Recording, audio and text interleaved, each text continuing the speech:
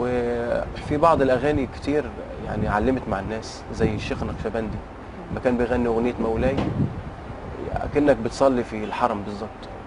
فيعني لابد من اي واحد يخش في الطريق ده لازم يقبل على الله اولا، ثم يختار ما ينتج منه الحاجات اللي هي بتشد الناس، مش اي انشوده اقولها. لان في حضرتك اغاني دينيه في السوق مع يعني ادعيه بس ما بتشدش الناس زي الفن القديم، زي التواشيح الدينيه بتاعت زمان، الشيخ النقشبندي، الشيخ علي محمود، الشيخ ناصر الدين طوبار. الناس دي مش هتتعوض طبعا. طب نسمع حاجه ليهم. فيها اسمع روضة المختار طه. اتفضل.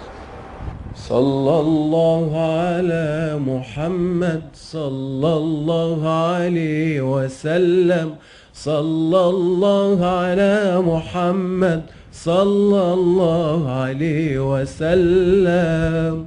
روضة المختار طه هام قلبي في هواها، يا عذولي لو تراها، يا حبيبي لو تراها، همت مثل الهائمين.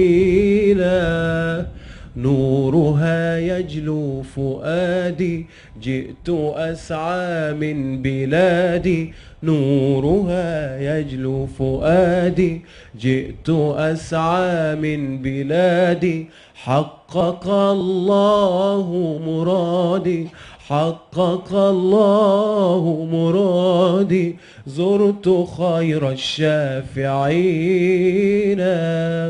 يا نبيا قد تقدم قبل آدم والمكلم. كل من يرجوك يسلم من شرور الماكرين. يا حبيب الله إني جئت أرجو الصفح عني، يا حبيب الله إني جئت أرجو الصفح عني. مدحك المحبوب فني، مدحك المحبوب فني في بلاد العالمين. صلوات طيبات زاكيات ناميات طاهرات طيبات لحبيب المؤمنين.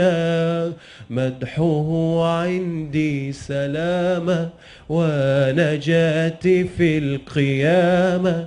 مدحه عندي سلامة ونجاتي في القيامة. المظلل بالغمامة، المظلل بالغمامة بين ركب السابقين. صلى الله على محمد صلى الله عليه وسلم، صلى الله على محمد صلى الله عليه وسلم.